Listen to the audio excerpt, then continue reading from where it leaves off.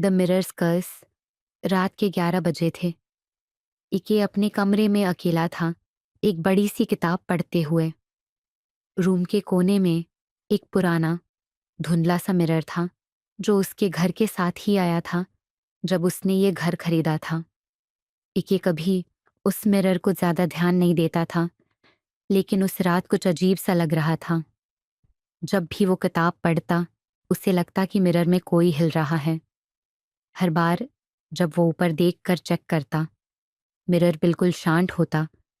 एक बार उसने सोचा कि उसका इमेजिनेशन होगा, पर जैसे ही उसने अपनी नज़र मिरर के ऊपर जमाई, उसने देखा कि मिरर में उसका रिफ्लेक्शन उसी को घूर रहा था, मगर कुछ अलग था।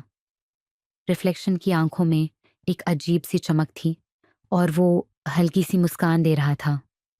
इके ने डर के मारे मिरर की तरफ हाथ बढ़ाया उसे चेक करने के लिए। जैसे ही उसका हाथ मिरर के करीब गया, रिफ्लेक्शन ने उसका हाथ पकड़ लिया।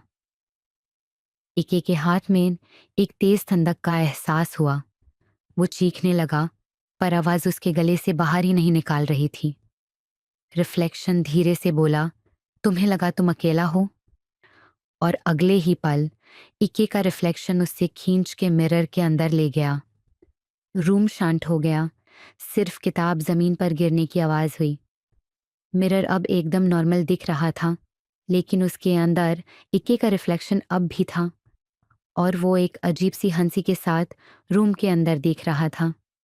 उसके बाद से इक्के को किसी ने कभी नहीं देखा, पर जो लोग उस घर के पास से गुजरते हैं वो कहते हैं कि रात को मिरर के अंदर एक आदमी दिखता है जो उन्हें घूर रहा होता है।